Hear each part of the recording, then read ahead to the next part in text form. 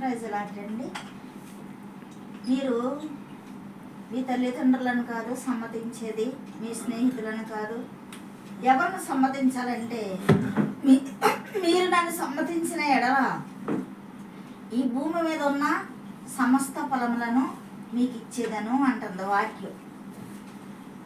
మరి మనం దేవుని సమ్మతించాలా, దేవుణ్ణే కాదు దేవుని మాటలను కూడా సమ్మతించాలా. సమ్మతించిన ఎడల భూమి మీద ఉన్న మంచి ఫలములను అనుభవించేదారు. భూమి మీద మనుషులుగా మనం ఉన్నామంటే ఏది కోరుకుంటామండి? మంచి ఆహారం, మంచి పదార్థాలు, రుచికరమైనవి కోరుకుంటాం. అయితే ఆయన మాట విని ఆయన సమ్మతిస్తే ఈ భూమి మీద ఉన్న మంచి ఫలాలను మనము పొందుకుంటామంట, అనుభవిస్తామంట. మరి అనుభవించడే కాదు, మారు మనసు పొందిన వారైతే మంచి ఫలాలు ఇచ్చేదను.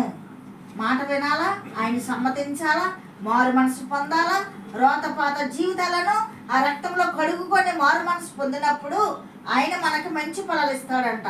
ఆ ఫలాలు ఏంటంటే మనిషికి కావలసింది. నేను ఒక గృహానికి వెళ్తే 2 కార్లు ఉంటాయి, 2 కేజీలు బంగారం ఉంటుంది, 4 ఇల్లులు ఉంటాయి, కానీ ఆ కుటుంబంలో సంతోషం సమాధానం ఉండదండి.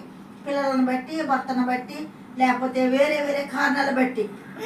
అయితే ఆ సంతోషం మనకు కావాలంటే దేవుని మాట వినాలా, దేవుణ్ణి వెంబడించాలి. అప్పుడు సంతోషము సమాధానము మీకు ఇచ్చేదను.